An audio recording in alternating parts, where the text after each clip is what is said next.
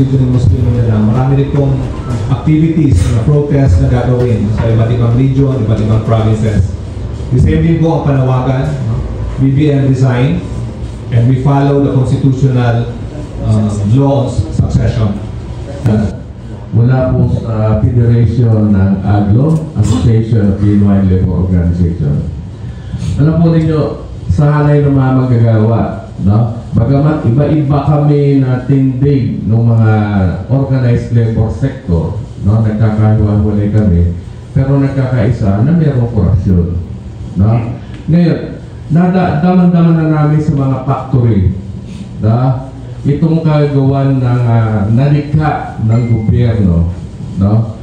Marami na pong nag-shutdown at natanggal sa trabaho. Lalo po yung may kontrata, yung aming union sa DPWS, tigil na po ang operasyon. Ilan po ang nawalan ng trabaho? Tigil na po talaga. Na? Sa Peso, doon sa Batangas, rotation na po ang pasok. Dahil hanggat hindi natitigil itong politika na ito, hanggat hindi nare-resolvahan at hanggat hindi bumababa si BBM, wala na pong mangyayari sa Pilipinas. Marami pong mawawalan ng hanap buhay sa Pilipinas. May hanap buhay ngayon, ang isa sa daing namin, ganun pa rin contractualization sa manpower agency pa rin. No? Hindi na maikublian, talamak. Binigyan pa ng malaking krisis dito sa graft and corruption. Kaya kami natutuwa sa pamamagitan ng pagbubuo ng Broad Alliance sa Save the Philippines ay sinusuportahan ng itong alyansa na ito, itong laban ng mamamayang Pilipino at itong magaganap na November 30 na pagkilos ng mga manggagawa, no? Sa Liwasan Bonifacio, no?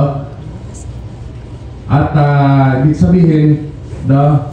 Magsama-sama at suportahan itong panawagan na ito.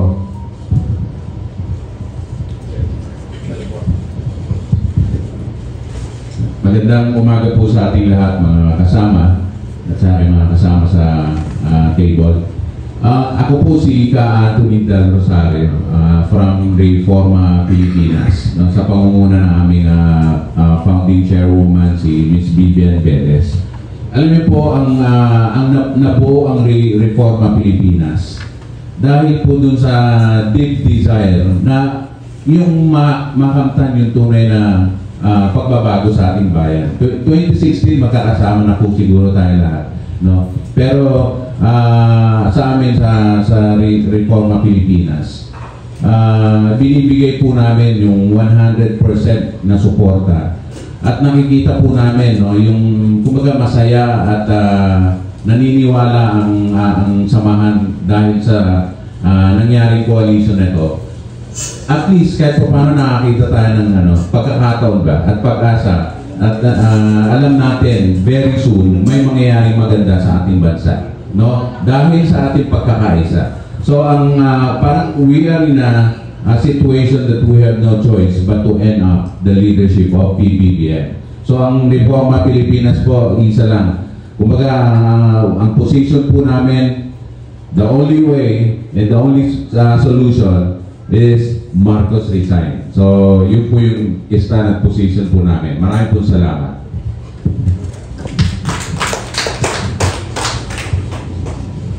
Good morning, everyone. I'm Cathy Cortez Maluya, Regional Chairman ng MAISO. I just want to announce and invite the Cebuanos kasi may this coming November 30 may dito, no? Sa Manila. But in sa Cebu, we hope to have the activity on December 1. Save the Philippines, Cebu Rally and Caravan. Coalition-wide activity with alliance parallel groups supporting the BBM resign call. Participants must follow marshal's instructions, prioritize safety and uphold maisog conduct. Pocket rally immediately after the caravan. So yun, magtipon-tipon kami sa Cebu on December 1. Yun lang yung ano ko. Salamat po. So before natin open for questions, dagdag ko lang din po last week na post sa Facebook na ito daw pong grupo na ito ay parang grupo daw po ito ng mga binayaran daw ng China. His words, not mine. So pakitara lang po kasi yun po yung kumakalat ngayon na parang ang dating po, this China funded daw ng China or na para daw tanggalin si BBM at iyo po si Sara. ako muna, attorney ba? Kita-kita naman po, no? We come here and we have our background na kung sino kami. So definitely, walang nagpapan sa amin. Sarili namin, ako from Davao pa po, I flew in this morning, no? With my own resources. Number two, bakit iniiwas natin yung issue? Di ba? Hindi ba natin nakikita na grabe na yung corruption? Grabe na yung moral compass ng mga tao. Yung mga kabataan natin ngayon, ako meron akong 2 anak. Anong klaseng kinabukasan ang gusto nating makita nila? Gusto ba nating may impunity? Sa BARM alone, no? A few days ago, 7 members ng MILF, Moro Islamic Liberation Front, na massacre. Bakit siya na massacre? Dahil sa issue ng lupa. No? Yung pamilya nila, they thought na nagkaroon na ng Bangsamoro Organic Law, they can go back to their own land. No? Unfortunately, nung bumalik sila doon, yung details hindi ko na i-discuss, pero I can still remember in 2015, 2016, yung mga tao sa Pikit, North Cotabato, no? A certain Abdul, no? May hawak-hawak siyang placard, peace is within our hands. No? They were hoping na magkakaroon na ng peace sa Mindanao at sa BARM. Pero anong nangyari? Series of killings. No? Data from our research shows that the level of killings, no, tumaas 1.8, 1.7, no, from PNP and AFP itong records. Ang killings sa BARM alone, every day. So the vertical conflict na arrange na yun, maayos na, yung away ng MNLF, MILF at gobyerno. Pero ang conflict ngayon is yung horizontal. Meaning to say, clans, families, MNLF versus MNLF, MILF versus MILF. So hindi na kalaban yung gobyerno, pero na-worsen yun. So, ito mga ito, kailangan ka po ba bayaran ng China para makita mo yung katotohanan, yung paghihirap ng mga tao? No? Parang, it's so illogical, no? Kahit siguro ang grade 5 student, nakikita si Presidente, resign ka na, you're fired. No? Yun ang mensahe ng bawat Pilipino. Okay po. Maraming salamat. Maliwanag naman, no, na yung grupo ito ay hindi binabayaran. Una-una nabanggit din ni kasama rito na sarili nilang initiative. Diba? Walang nagbabayad.